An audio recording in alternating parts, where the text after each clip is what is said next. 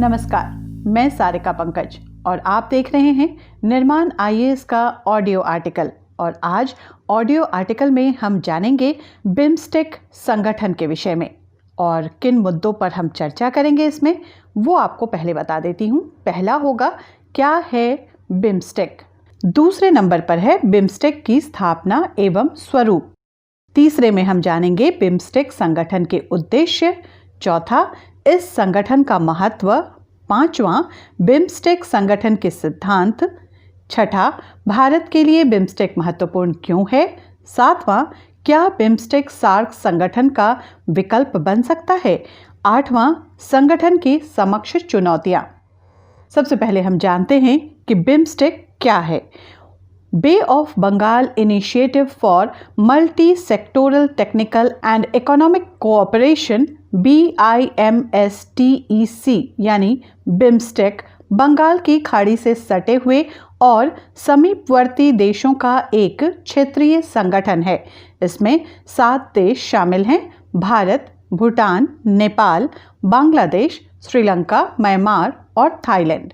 पाकिस्तान इसमें शामिल नहीं है। इस संगठन का उद्देश्य तीव्र आर्थिक विकास, सामाजिक प्रगति को बढ़ावा देने और साझा हितों के मुद्दे पर समन्वय स्थापित करने के लिए सदस्य देशों के बीच सकारात्मक वातावरण बनाना है।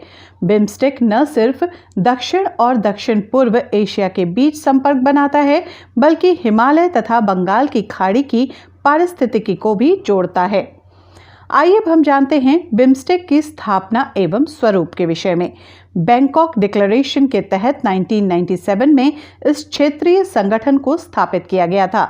शुरुआत में इसमें 4 सदस्य देश थे और इसे BISTEC यानी कि बांग्लादेश, भारत, श्रीलंका और थाईलैंड आर्थिक सहयोग संगठन कहा गया था। प्रारंभ में इसका गठन 4 सदस्य राष्ट्रों के साथ किया गया था, जिनका संक्षिप्त नाम BISTEC बांग्लादेश, भारत, श्रीलंका और थाईलैंड आर्थिक सहयोग था। वर्ष 1997 में म्यांमार के शामिल होने के बाद इसका नाम BIMSTEC कर दिया गया। वर्ष 2004 में नेपाल और भूटान के इसमें शामिल होने के बाद संगठन का नाम बदलकर bay of Bengal initiative for multi sectoral technical and economic cooperation कर दिया गया। आइए अब हम जानते हैं बिम्स्टेक के उद्देश्यों के विषय में। क्षेत्र में तीव्र आर्थिक विकास हेतु वातावरण तैयार करना, सहयोग और समानता की भावना विकसित करना, सदस्य राष्ट्रों के साझा हितों के क्षेत्रों में सक्रिय सहयोग और पारस्परिक सहायता को बढ़ावा देना, शिक्षा, विज्ञान और प्रौद्योगिकी आदि क्षेत्रों में एक दूसरे को पूर्ण सहयोग करना। बिम्स्टेक का महत्व। बिम्स्टेक दक्षिण एशिया और दक्षिण पूर्वी देशों के बीच की दूरी कम करता है। संगठन में शामिल सभी देशों के बीच ये ब्रिज की तरह काम करता है। इस समूह में 2 देश दक्षिण पूर्वी एशिया के हैं। म्यांमार और थाईलैंड भारत को दक्षिण पूर्वी इलाकों से जोड़ने के लिए बेहद अहम हैं। इससे भारत के व्यापार को बढ़ावा मिलेगा। सार्क और आसियान के सदस्यों के बीच अंतर क्षेत्रीय सहयोग हेतु मंच प्रदान करता है। संगठन में सदस्य देशों की जनसंख्या लगभग 1.5 अरब है, जो वैश्विक आबादी का लगभग 22% है।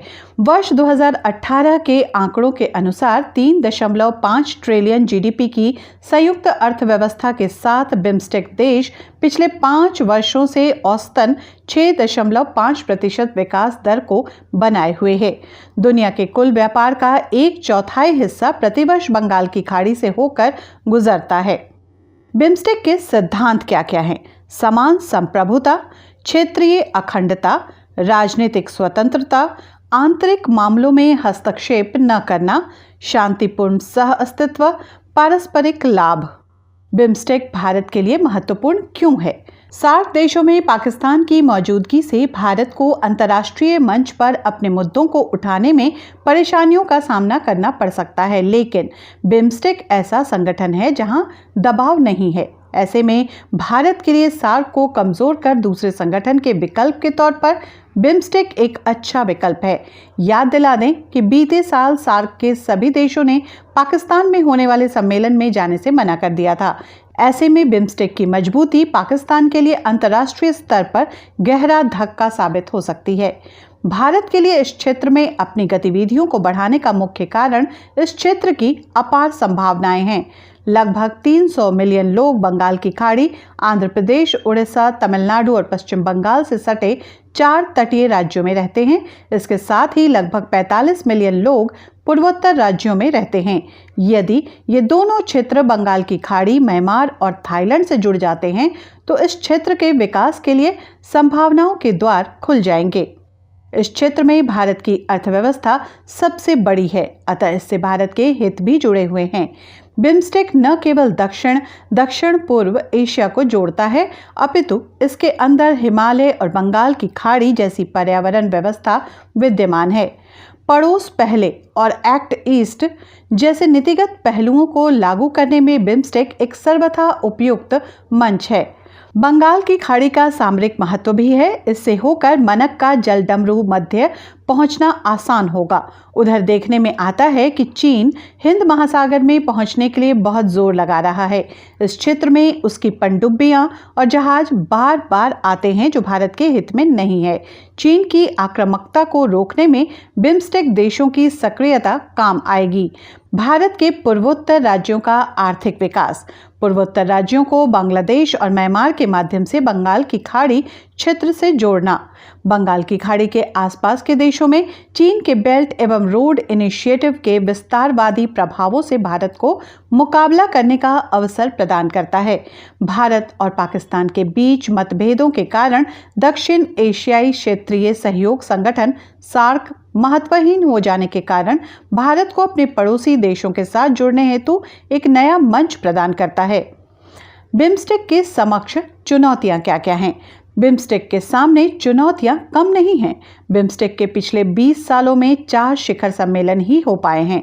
ऐसा प्रतीत होता है कि भारत ने बिम्स्टेक का उपयोग सिर्फ तब किया जब वो क्षेत्रीय व्यवस्था बनाने में सार्क के माध्यम से सफल नहीं हुआ है। वहीं अन्य प्रमुख सदस्य देश जैसे कि थाईलैंड तथा म्यांमार बिम्स्टेक की तुलना में आसियान पर अधिक केंद्रित हैं। विस्तृत कार्य क्षेत्र। बिम्स्टेक का कार्य क्षेत्र बहुत व्यापक है। इसमें पर्यटन, सार्वजनिक स्वास्थ्य, कृषि आदि जैसे 14 क्षेत्र शामिल हैं। बिम्स्टेक को कम क्षेत्रों हेतु प्रतिबद्ध होना चाहिए तथा उन्हीं में कुशलतापूर्वक सहयोग करना चाहिए। सदस्य राष्ट्रों के बीच द्विपक्षीय मुद्दे। बांग्लादेश सबसे विकट शरणार्थी संकट का सामना कर रहा है। म्यांमार के रखाइन प्रांत से रोहिंग्या लगातार पलायन करते रहे हैं। म्यांमार एवं थाईलैंड के मध्य सीमा विवाद भी चल रहा है। मुक्त व्यापार समझौते का अभाव। बिम्स्टेक में मुक्त व्यापार समझौते पर वर्ष 2004 में चर्चा की गई थी, लेकिन अभी तक उसका कोई निष्कर्ष नहीं निकाला गया है। BCIM एक अन्य उपक्षेत्रीय फोरम बांग्लादेश, चीन, भारत, म्यांमार BCIM के गठन, जिसमें चीन एक सक्रिय सदस्य है, ने बिम्स्टेक की क्षमता पर प्रश्न चिन्ह लगा दिया है। आइए अब हम जानते हैं कि क्या बिम्स्टेक सार्क संगठन का विकल्प बन सकेगा। बिम्स्टेक का जहां तक सवाल है तो कुछ जानकारों को लगता है कि सार्क के जरिए भारत दक्षिण एशिया में क्षेत्रीय सहयोग और व्यापार कर रहा था, मगर बिम्स्टेक के बाद दक्षिण पूर्वी एशिया में भी भारत ने आपसी सहयोग और व्यापार को आगे बढ़ाया है। बिम्स्टेक के सफल होने का सबसे ज्यादा फायदा होगा भारत और थाईलैंड को, लेकिन दिक्कत यह है कि चीन का प्रदर्शन व्यापार के मामले में इतना उम्दा रहा है कि बिम्स्टेक के सदस्य देश आपस में व्यापार करने की जगह चीन के साथ जाने में सहूलियत महसूस करते हैं। फिर बिम्स्टेक वाले ही बिम्स्टेक को लेकर गंभीर नहीं रहे हैं। बिम्स्टेक के देशों में आपस में व्यापार उनके कुल व्यापार का सिर्फ 5% है।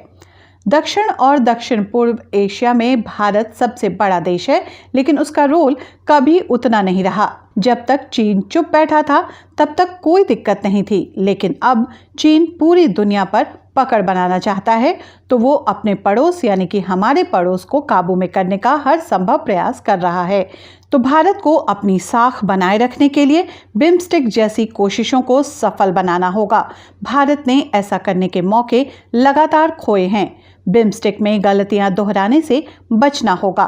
रही बात बिम्स्टेक के बाकी देशों की, तो बिम्स्टेक यूरोपीय यूनियन शायद न बन पाए और इसलिए इसके फायदे कम लगें, लेकिन वो आसियान का एक छोटा रूप बन सकता है। आसियान ने जो कुछ हासिल किया है उसका आधा भी बिम्स्टेक कर पाया तो उसे जीत कहा जाएगा। ये तो थी जानकारी बिम्स्टेक संगठन के ऊपर। इससे जुड़े हुए कोई भी सवाल हो आपके तो कमेंट में ज़रूर बताएं। आज के लिए बस इतना ही। धन्यवाद।